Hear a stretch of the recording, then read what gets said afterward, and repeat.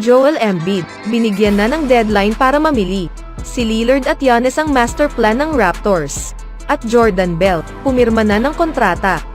Ngunit bago ang lahat, kung gusto nyo ng matibay na basketball shoes, KD 15 with spike, mabibili lamang sa halagang $1,999. I-click lamang ang link sa comment section or bisitahin lamang ang tiffin.com for more high quality shoes. Si Joel Embiid ay ipinanganak sa Cameroon, at dahil dito, siya ay karapat-dapat na makipag-compete para sa Cameroonian national team. Gayunpaman, sa darating na 2024 Olympics, ang France at ang Team USA ay lumitaw ngayon bilang mga pangunahing kandidato para sa kanyang serbisyo. Si Joel Embiid ay isang French national at nag-aral din siya sa high school sa United States of America, na kung saan ito ang pagkakaroon sa kanya na maging eligible para maglaro alinman sa mga koponang ito. At habang hindi pa siya mukhang sabik na gagawa sa kanyang desisyon, sa kahit anumang oras at sa madaling panahon, si Joel Embiid ay binigyan ngayon ng deadline para magdesisyong pumili. Itinakda ng France ang October 10 na deadline para kay Joel Embiid na pumili kung aling pambansang koponan ang kanyang kakatawanin sa 2024 Paris Olympics, ayon sa mga ulat. Si Joel Embiid ay ang reynang NBA MVP, ngunit ang Philadelphia 76ers ay tila malayo pa para manalo ng NBA championship. Makatwiran para sa kanya na mas pipiliin niya ang Team USA kung nais niyang tiyakin ang gintong medalya, na siya namang tiyak na magiging starter din. Ang France ay isa ring mahusay na koponan. Bagaman, ang pagpapasya ni Joel Embiid ay nananatiling hindi pa rin malinaw, kahit na tila ang orasan ay magiging mabilis na sa kanya ngayon para magdesisyon. Sinusubukan ng Team USA na hikayatin si Joel Embiid na sumali sa kanilang pinagsasama-samang Team USA, ang isang koponan na binubuo ng mga superstar para sa 2024 Olympics. Matapos nga silang mapahiya noong 2023 FIBA World Cup. Si LeBron James ay ang nangunguna sa listahan para sa pagbawing ito, na marahil huling sayaw na rin niya sa Olympic. Ngunit sa ngayon wala pa nga silang tamang big man sa lineup. At dahil dito, ang koponan ay nagpupumilit na subukan at hikayatin si Embiid na sumali sa kanila. Nakapag-average siya ng 33.1 points, 10.4 rebounds, 4.2 assists, at 1.7 blocks kada laro noong nakaraang season. Natitiyak na siya ay magiging isang napakalaking asset para sa Team USA. Nakipag-usap na ang Team USA kay Joel Embiid, ayon kay Grant Hill. Magsasalita lang ako ng simpleng sagot, at yun ay oo. Nakausap ko na siya ayon kay Grant Hill sa SiriusXM. May mga pagpipilian siya. Siya ay isang mahusay na manlalaro at siya rin ang isang tao na nakausap namin patungkol sa mangyayaring Olympics sa susunod na summer. Titingnan natin kung paano iyon gagana. Si Joel Embiid ay naging non-committal sa buong sitwasyon. Sa katunayan, tinalikuran pa niya ang tanong na ito, noong tinanong ito sa regular season. Sa nakikita, ginawang seryoso ito ng France sa pamamagitan sa pagbibigay sa kanya ng isang deadline. Sa nakikita, naging seryoso ang France sa pamamagitan sa pagbibigay sa kanya ng isang deadline. At sa ngayon, isa lang ang masisiguro.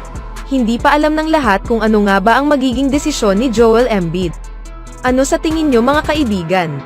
Sa kabilang banda naman, sina Giannis Antetokounmpo at Damian Lillard ay ang dalawa sa pinakamahuhusay na manlalaro sa NBA.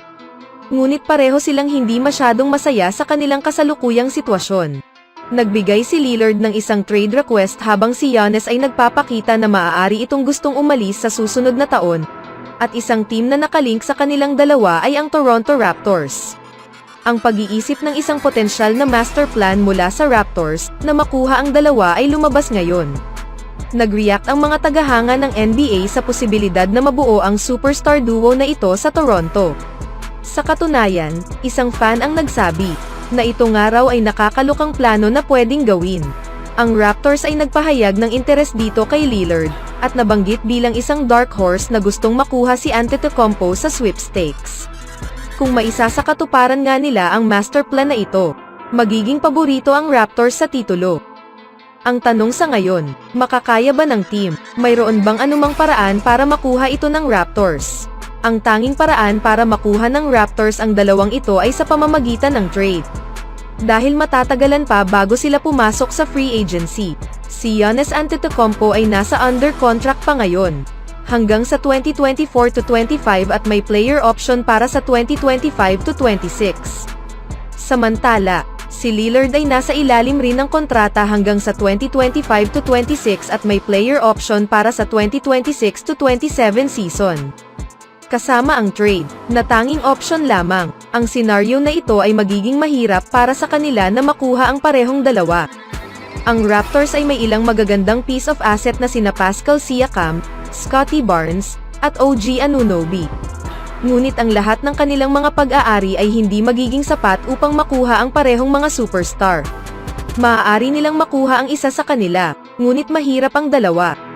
Sa totoo lang, walang nag-iisip na mayroong anumang koponan na makukuha ang parehong dalawa sa kanila, maliban na lamang sa Oklahoma City Thunder. Dahil sila ay mayroong toneladang draft picks at mga batang manlalaro. Magiging contender kaya ang Raptors kung magtagumpay silang makuha alinman kina Antetokounmpo o Lillard. Kung mauuwi sa Raptors ang isa sa dalawa sa isang punto, maaari silang maging contenders sa Eastern Conference. Ngunit ang tanong, gaano karami ang kailangan nilang isuko? Kung makakahanap sila ng isang paraan upang mapunta si Lillard o Giannis at panatilihin sa kanila ang alinman sa dalawa na sina Siakam, Barnes, at Anunoby. Dito'y masasabi na magkakaroon sila ng pagkakataon para manalo sa Eastern Conference. Isa sa mga isyu na nakikita nila para sa Raptors, mula noong umalis si Kawhi Leonard, ay wala silang elite scoring option. Nagagawa nila ng maayos ang ilang bagay. Ngunit wala pa talagang manlalarong tulad niya na maaaring makakuha ng isang bucket sa anumang oras. Tiyak na si Lillard o Giannis ang magpupuno sa kakulangang ito. Nagkakapag-average si Lillard ng kahanga-hangang 32.2 points, 4.8 rebounds, 7.3 assists, 0.9 steals at 0.3 blocks per game noong nakaraang season. Ang kanyang shooting sa labas ay magiging napakalaki para sa Raptors. At sila ang isang koponan na pinakaangkop, na siyang matatakpan ang kanyang pinakamalaking kahinaan sa depensa. Para naman kay Giannis, nakapagtala ito ng 31.1 points, 11.8 rebounds, 5.7 assists, 0.8 steals, at 0.8 blocks kada laro noong nakaraang season. Ang gumawa ng space ay maaaring maging isang maliit na issue kung makukuha nila si Antetokounmpo. Ngunit maaari silang maging pinakamalakas na koponan sa defensive end sa liga kung mapagtagumpayan nilang makuha ito. Anong masasabi niyo mga kaibigan?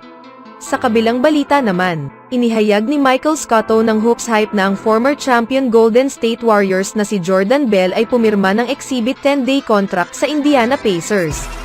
Ang deal na ito ay magkakaroon ng imbitasyon kay Bell sa training camp.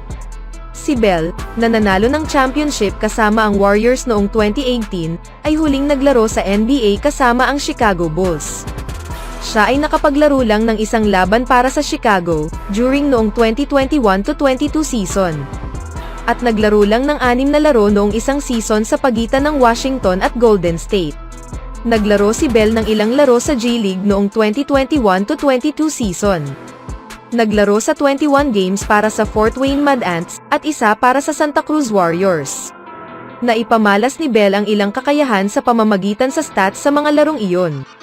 Na may average na 13.4 points per game sa kanyang 62.5% mula sa field, at kasama ang 10.5 bawat laro. Sa sukat na 6'8", si Bell ay isang kawili-wiling manlalaro, dahil siya ay maliit bilang isang sentro, ngunit ang kanyang offensive game ay hindi nagpapahintulot sa kanya na maglaro bilang forward. Nakalista bilang isang sentro, si Bell ay sumubok lamang ng 20 total 3-pointers sa kanyang career sa NBA, at nagawa lamang ang 4 doon. Ang isang outside shot ay hindi bahagi sa kanyang laro, na naging daan para mahirapan itong makahanap ng tamang kaangkupan sa lineup kasama ang iilang bigs sa loob ng court. Bagamat ang pagiging atleta ni Bell ay ang palaging nakakaintriga sa kanya, nahirapan naman itong makahanap ng consistent role sa NBA level.